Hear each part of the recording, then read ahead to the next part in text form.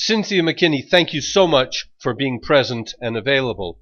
I want to ask you about Duterte, this new president in the Philippines. He's making lots of noises. He's accused of swearing at the American ambassador and at the president of the United States, and he seems to be changing policies. And there's a bit of a smear campaign going on against him at the same time, I see, by the official mainstream media. Could you give us an idea of who he really is or what he's doing?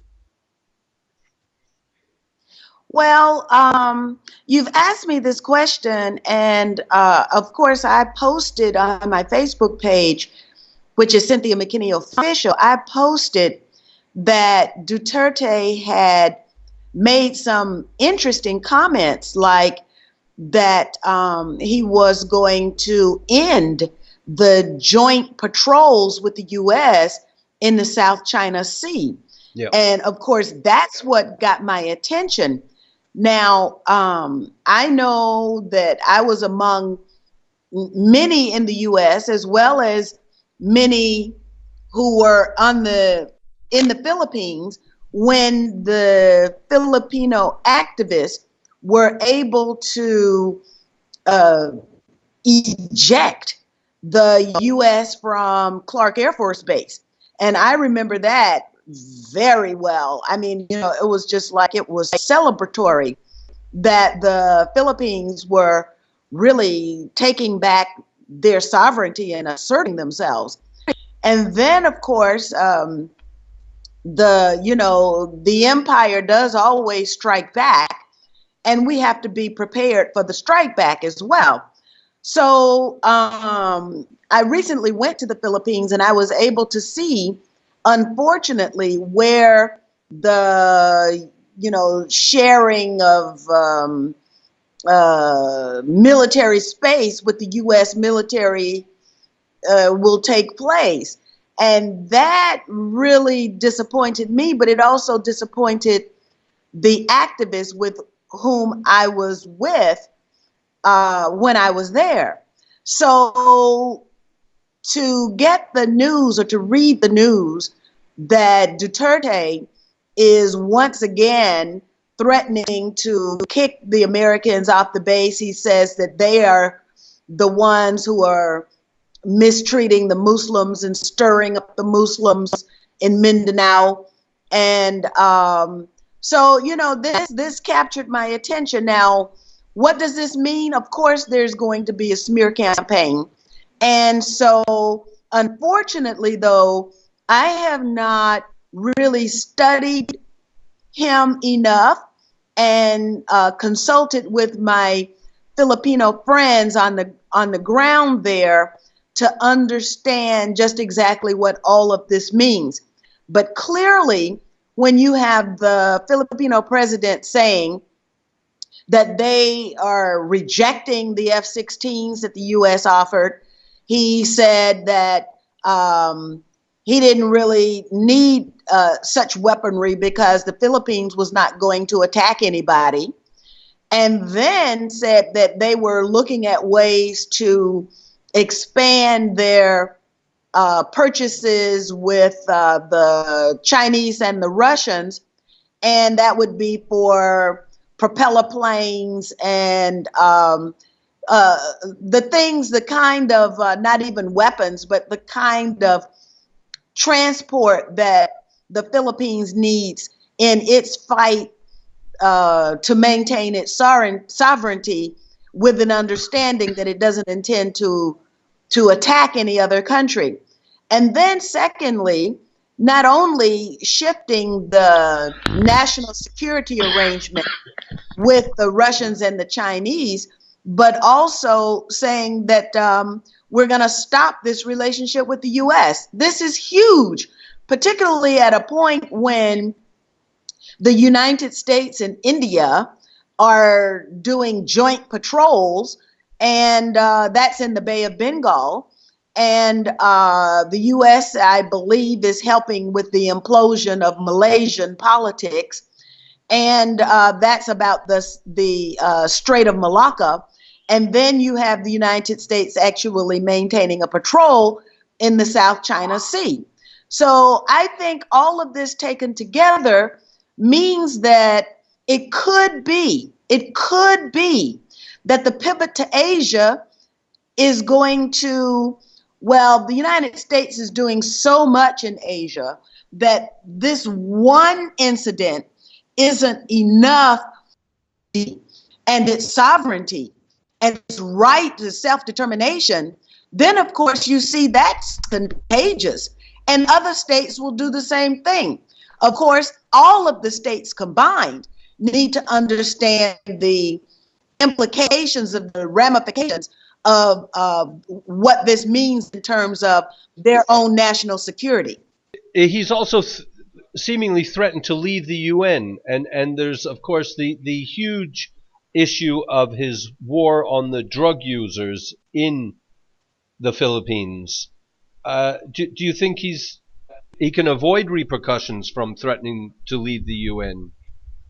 And Well, this also leads to a very interesting conversation. Of course, I would need to do a lot more research on it, but it's my understanding when this was mentioned that there actually is no mechanism for leaving the UN. And if this is correct, it's something that I read. If it is correct, what I read was that this was put into I guess you could say, the rules of governance of the United Nations to prevent countries that disagreed with UN policy from pulling out. So this all represents quite an interesting change. What the United States has been able to accomplish, like, for example, getting Lula in Brazil to go along with U.S. designs inside the UN by offering a seat on the Security Council. I am probably, maybe about 80% certain that this is the kind of discussion, say, for example, that the United States could have with India that would lure India into a military relationship with the U.S.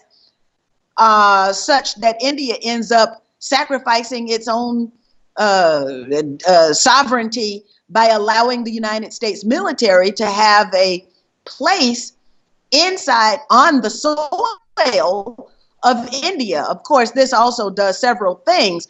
It deep sixes BRICS, or it certainly drives a stake in the heart of BRICS and the Chinese efforts toward the New Silk Road and incorporating India into the New Silk Road.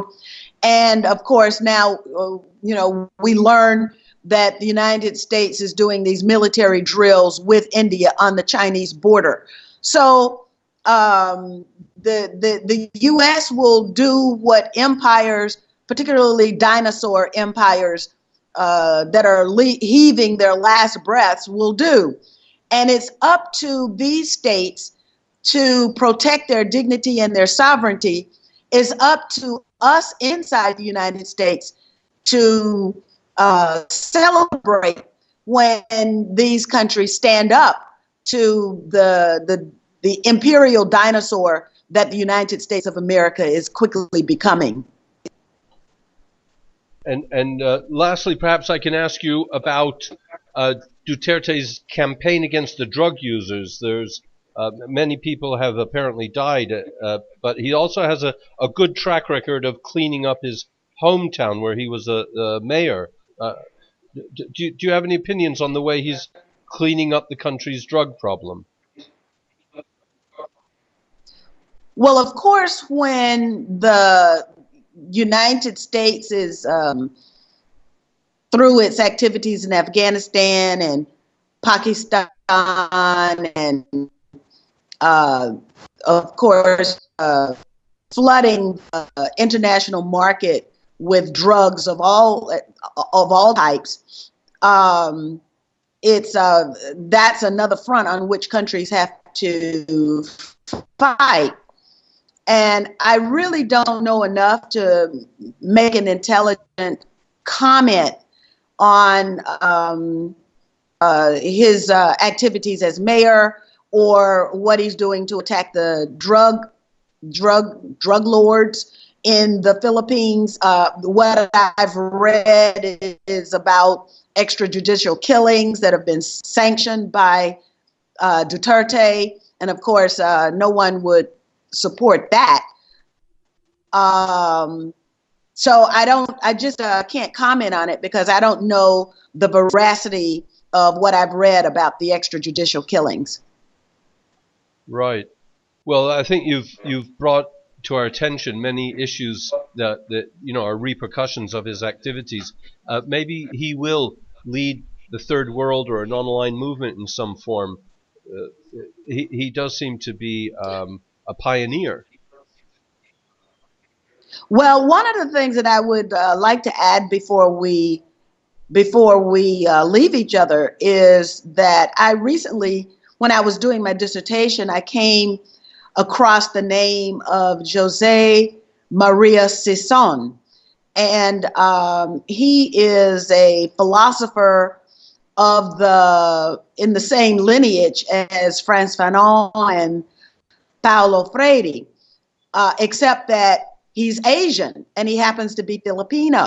So I think what I'm going to do as a result of this interview is to reach out to Jose Maria Sison and talk to him about how he would place Duterte's presidency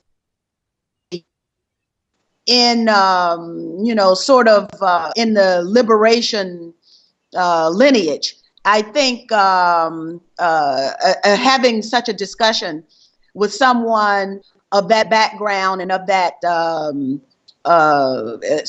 sort of intellectual, how can I say, orientation would be beneficial to understanding not only the politics in the Philippines, but also what the responsibility is for Asians to battle this pivot to Asia, and maybe what they need to understand moving forward, what it means to get a phone call at 3 a.m. since we're in the midst of the 2016 U.S. presidential election. What exactly does that mean when you are on the receiving end of the phone call and you're being told you either go along with us or we're going to carpet bomb you back to the Stone Ages? So I think Asia is sort of like the place to be to see the unfolding of the U.S. designs in its pivot to Asia. And I can think of no one better situated to give us some historical as well as intellectual and ideological commentary than Jose Maria Sison. So I'll be doing that as my follow-up to this conversation. So I kind of have to say thank you for giving me a little inspiration to move a little bit deeper in this. Thank you. Yes, you have a radio show, yes? What is the URL for it? It's kpfk.org. KPFK is the Los Angeles station that is a part of the Pacifica Network. And my program is called Midnight Oil. It's in the Safe Harbor portion of the programming. And what that means is you have to go to my website in order to hear the, sort of the podcast of it if you don't listen to it live, because I get to say anything I want to say in the Safe Harbor part, but the KPFK does not keep an archive of it. Well, I hope people tune in, and I hope you come back and give us frequent commentaries. I will absolutely come back. Thanks for putting forward the effort to reach out to me, and I look forward to doing this again. Thank you so much, Cynthia.